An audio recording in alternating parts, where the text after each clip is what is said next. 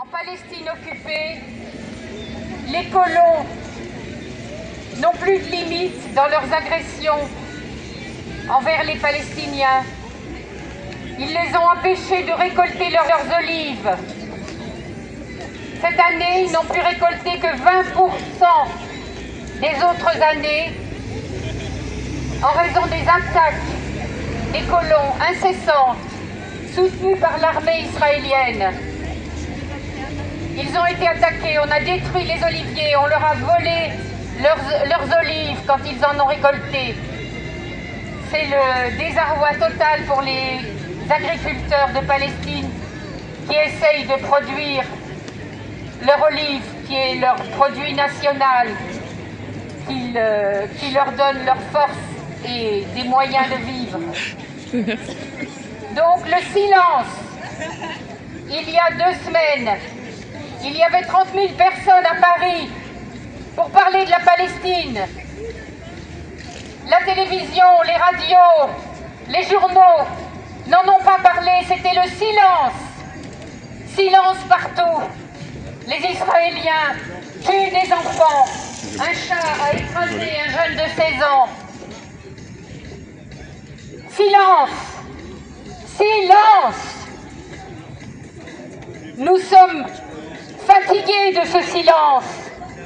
C'est pour ça que nous sommes là et que nous serons là toutes les semaines pour rappeler que la Palestine existe, que les Palestiniens rêvent de vivre en paix sur leur terre, sur la terre qui leur a été laissée après la prise de plus de la moitié de leur terre par Israël. Et maintenant, ils n'en demandent pas beaucoup.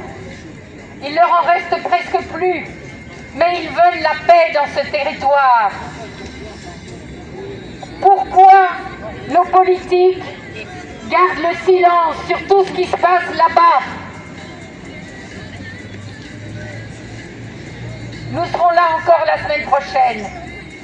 Ceux qui voudront pourront dire des poèmes parce qu'il faut savoir qu'à Gaza, où il y a eu tant de morts, de destruction, où les gens sont... Il n'y a plus rien maintenant, donc un cessez-le-feu.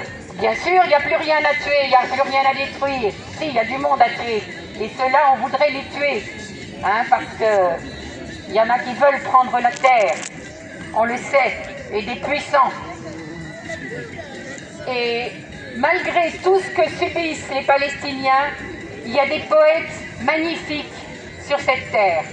Et la semaine prochaine, ceux qui voudront lire un poème pourront le lire. Nous contenterons de cette lecture de poèmes, de textes dits par les gens qui sont dans la souffrance depuis bientôt, depuis 1947. Merci à tous.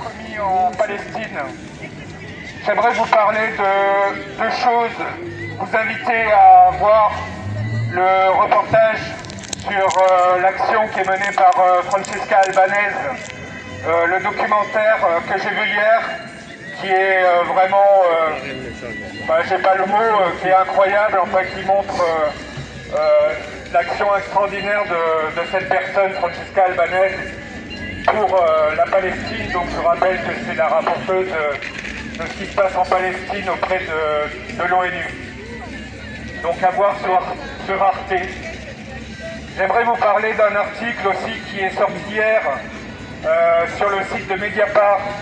Un article à mon avis qui va en voir beaucoup d'autres parce que c'est un scandale et qui prouve encore une fois que la France est complice du génocide qui se passe actuellement à Gaza. Il faut rappeler qu'il y a un cessez-le-feu qui est bidon, puisqu'il y a plus de 300 personnes qui sont mortes, notamment pas loin de 150 enfants. Désolé pour ne pas être précis pour le nombre d'enfants tués, mais en tout cas, il n'y a absolument aucun cessez-le-feu aujourd'hui à Gaza. 90% des bâtiments sont détruits. Le réseau d'eau est absolument impraticable. étant donné qu'on est en hiver, l'eau commence à déborder. Les réfugiés qui sont dans des tentes, parfois ont 10 cm d'eau dans leurs tentes. C'est insupportable. Voilà. Et l'aide humanitaire ne passe pas. Toujours pas. Ou très peu. Voilà, j'aimerais vous parler de cet article de Mediapart que je vous invite à lire. Il s'agit d'un dossier qui est ouvert par Mediapart qui s'appelle Israel Files.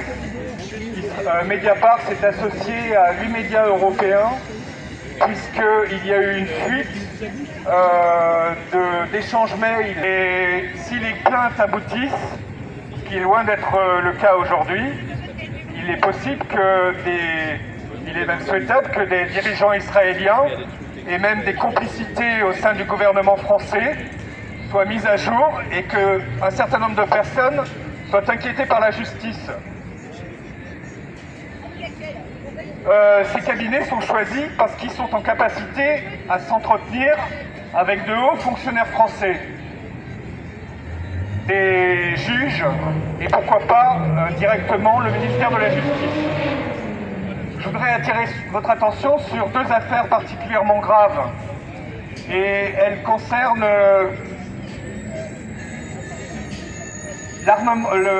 les fournisseurs d'armement à l'armée israélienne, les fournisseurs d'armement français à l'armée israélienne, notamment Excelia.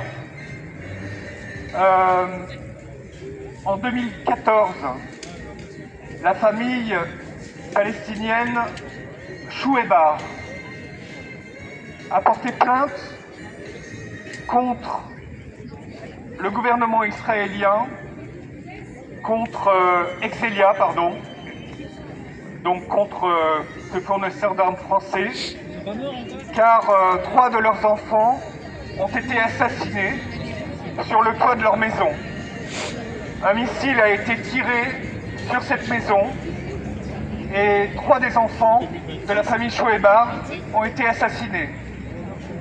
Une enquête a été menée et un composant du missile a été fabriqué en France. Et je trouve le symbole absolument monstrueux puisque ce composant permet de guider le missile jusqu'à sa cible. Ça veut dire qu'il y a des ingénieurs en France, il y a des gens qui travaillent pour que les missiles israéliens puissent atteindre directement leur cible. Je trouve ça insupportable.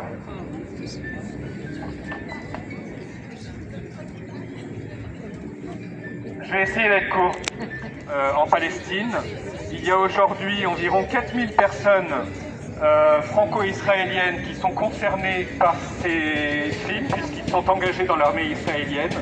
Il y a notamment une plainte contre un certain Yoel P, qui est auteur d'une vidéo montrant des actes de torture. Le parquet national antiterroriste assure avoir ordonné l'ouverture d'une information judiciaire le 5 septembre 2025. Les accusations de crimes contre l'humanité et de génocide n'ont pas été retenues. J'aimerais savoir pourquoi le parquet national antiterroriste ferme la porte à ces accusations de génocide alors que l'information judiciaire n'a pas été approfondie. J'aimerais aussi parler du cas de 2 snipers franco-israéliens accusés d'exécution sommaire à Gaza. La FPS a déposé une plainte avec constitution de partie civile et c'est la même chose. Le crime contre l'humanité et le génocide n'ont pas été retenus. L'information judiciaire est en cours. Voilà. J'aimerais vous remercier une fois de plus d'être là, d'exprimer votre indignation et de continuer à venir pour justement partager ces informations et avancer ensemble. Bravo.